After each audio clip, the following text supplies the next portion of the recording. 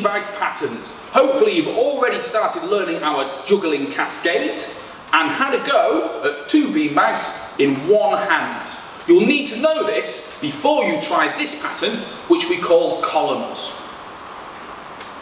As you can see, I've got 1 beanbag going up and down in the middle and 1 on either side. Now to learn this, we're going to break it down into its individual parts. If you've looked at our 2 in 1 hand tutorial already, you will have had a go at this, which we call columns, but just 2 in 1 hand. This is pretty much 2/3 of the pattern, because all we're going to do now is try and match up the remaining beanbag so it's being thrown and caught at the same time as the blue beanbag on the outside. So to get it going, you're just going to try columns in your stronger hand and then try and throw the opposite beanbag at the same time. So the 2 outside beanbags are going up and down together.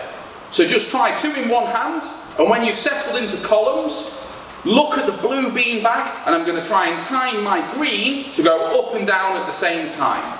You can try just 1 throw on its own and then go back into 2 in 1 hand. Eventually though, you'll keep it going so it's going up and down at the same time as the blue beanbag that's on the opposite side.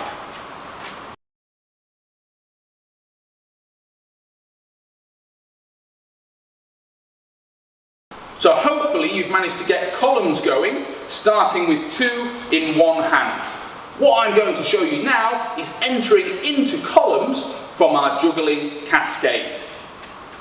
Once you've got a relaxed juggle going and you're ready to try columns, you need to choose a juggling beanbag that's going to go up in the centre.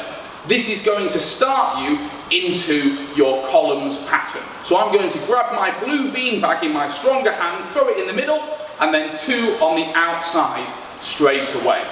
It can feel quite quick and a little bit rushed to start with, but the more you practice it, the smoother the entry into columns will become.